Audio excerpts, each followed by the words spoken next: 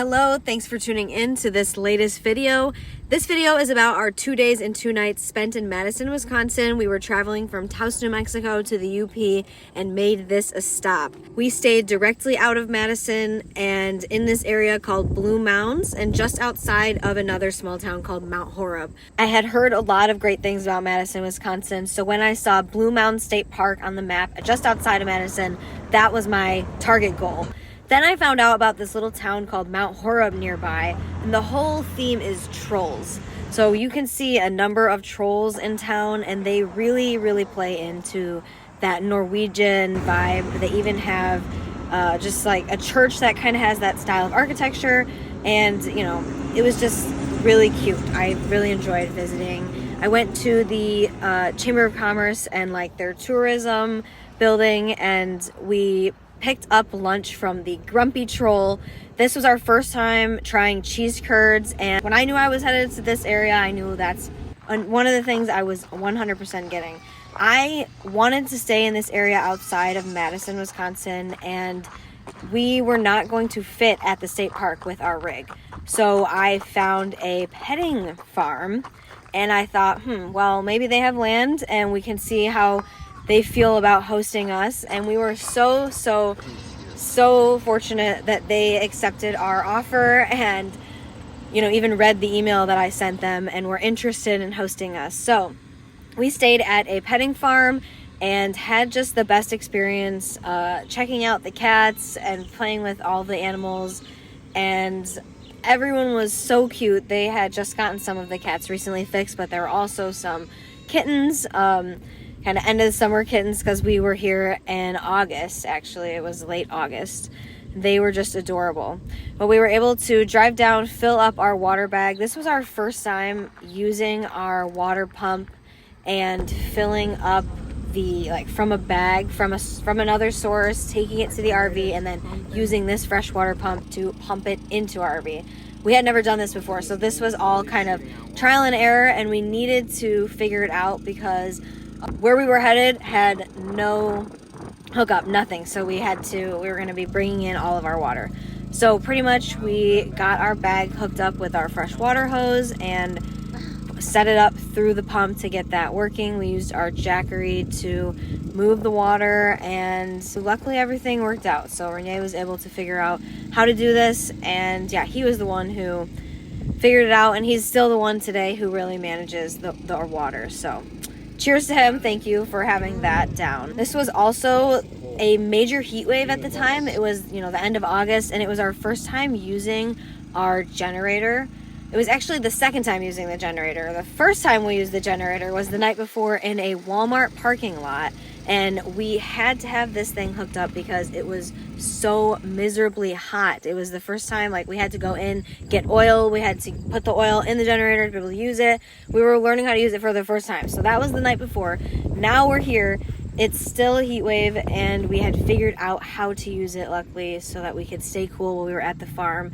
And they did not mind us running our generator. It's actually a dual propane or gas generator, so it's really quiet. And we bought it, made sure it was going to be a good generator for us because of the situation we're heading into where we don't have a hookup and we don't know how we're going to survive that. So anyways, the generator situation went so well, and we had the best spot here with the best sunsets.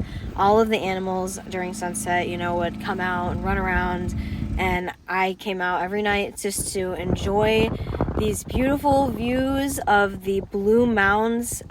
It was so special. They had this farm on, a hill where you could see other hills, and it was just awesome. We were looking at the Longhorn, so our RV looked directly onto the horse and Longhorn pasture, and also the little sheep as well. This entire trip led to many firsts, like the cheese curds, but also this was the first time that we pumped our water. This was the first time that we had our generator running our AC. This was the first time we pulled out really our Jackery solar panels and we're using those. So this was a great trip to have a lot of those first, and this was also a really unique experience being able to stay on the farm with these absolutely stunning views. Although the heat was too much to handle, it was really nice to see this much greenery. The next day I went into town. I wanted to be sure to visit Madison, and I went to the Dane County Farmers Market. This is the Saturday on the Square Market just outside of the Capitol building, and they had a lot of like produce, mainly produce, not a lot of like artists or like other types of crafters like that, but produce. And definitely I was getting those cheese curds. This is my first time buying cheese curds, so again, another first. I ended up making my way towards the Capitol and overhearing people talking about whether they wanted to go in or not. I asked them if I can just like walk in, and apparently you can just walk into the Wisconsin State Capitol pretty much 7 days a week, except for major holidays, Christmas, New Year's, Thanksgiving, and Easter. They also offer free tours, or you can just walk around on your own. I opted for walking around on my own, but I ended up following just behind the tour, so I got to access some of the rooms that otherwise would have been locked but were just left open for the tour, and then they were like, someone was going to come back around and close them.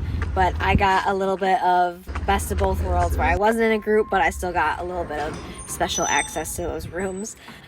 You walk in these doors and it feels like, wow, official. Everything was stunning. Like the architecture, amazing. This was another first, because this was the first state capitol that I've literally ever been in, the first state capitol building that I've ever looked up like at the ceiling like this and been able to see what it looks like from the inside. So it felt really crazy. Felt like I was breaking in, especially to see like the state constitution in front of me. I was just like a little bit, history starstruck kind of feeling. Like, am I breaking in? Do I feel like I need to check in here? Do I need to check in anywhere? But no. Don't need to check in. You just can walk into the Wisconsin State Capitol and check it out, I guess. So I ended up going upstairs to check out the view from above. I guess this is called like the Trumpeters platform or something like that. But on the way up to where I wanted to go, they had all of these cool maps, and I loved all of the like history on the walls. This was the view from this platform, and they had the glass there, but you could still see and get, the idea. It was beautiful. This was definitely the coolest part of going in, was seeing the Wisconsin Supreme Court room, which just came into being a big deal recently with the voting of Susan Crawford into the empty seat on the Wisconsin Supreme Court versus the Elon Musk backed, fucker. Pretty much. That's all I gotta say about that. But, to see where this all goes down, I've just never seen this before at a state building like this. It's pretty cool. This is an old mailbox that I noticed that is not made anymore, but used to be installed around office buildings and such in New York. Pretty neat. Madison is in a really interesting city because it is between two lakes. And so when I came into town, I could see these beautiful lakes. So on my way out, I had to be sure to stop at a park and see the city with the water. I just felt like I needed to do that and get this beautiful view. It was really, really cool to think that there's a university here, there's a town here, it's kind of a liberal bubble, and they're literally on the water. So the next thing I had to do here was, when in the land of the Culvers, I went and got the Culvers, of course, and I had to fill up propane before I headed home to the petting farm we were staying at. This was the first time I've ever had to fill up propane, so we went to their, I think it was actually not a Tractor Supply, but an Ace Hardware co-op, and filled up there. Then after I got back, I went down to the barn to kind of check things out. There was a field group that came in, a school group that visited while I was away. So I am so glad that I got to miss the kids, because I don't want to be there for that, but Afterwards, I got to help get people back to their typical pens where they usually stay. So they were kind of taken out for the kids to see and put into this barn area, and I got to help them be like a guard. I held my hands out to make sure they went back where they were supposed to be. I got to meet a famous cow, the official mascot of Forward Madison FC, Rose Cowbell. That was very exciting. And this is Zizi the zebra. Apparently, Zizi has a little bit of an attitude and a hard time like listening. She always wants to run around and greet all of the other animals. And this is me days earlier going to see Zizi and thinking nothing of it. But apparently, this is a sassy zebra, and I should have been watching my guard here. I did not know. And this was a mistake that we made when we left a fence open, and they had to use a four-wheeler to get one of the cows back. And it was my fault because I was chatting the ear off on the missus who was supposed to be moving the animals, so my bad. This was our last morning in Madison at the petting farm. I said hello to all the animals that morning in the fog and enjoyed the last bit of corn views. Bean was so jealous because one of the cats came up to our RV and was saying goodbye to us. And so we got him in the cage. He was probably happy not to be seeing all those cats. But he did look at the farm animals, that's for sure. He found them interesting, the ones he could see. After getting Bean packed up, we went to say our goodbyes to the farm animals and to our lovely hosts. We drove on out the same way we came in, which had a difficult turn to it, but it was all right. We had a 5.5 hour drive to our new property where we are now currently parked, and we're really excited about what we've got going on here now too. So it was an amazing stay in Madison, Wisconsin. I definitely know there's more to see, and I can't wait to be back in Madison one day. Thanks for watching, everyone.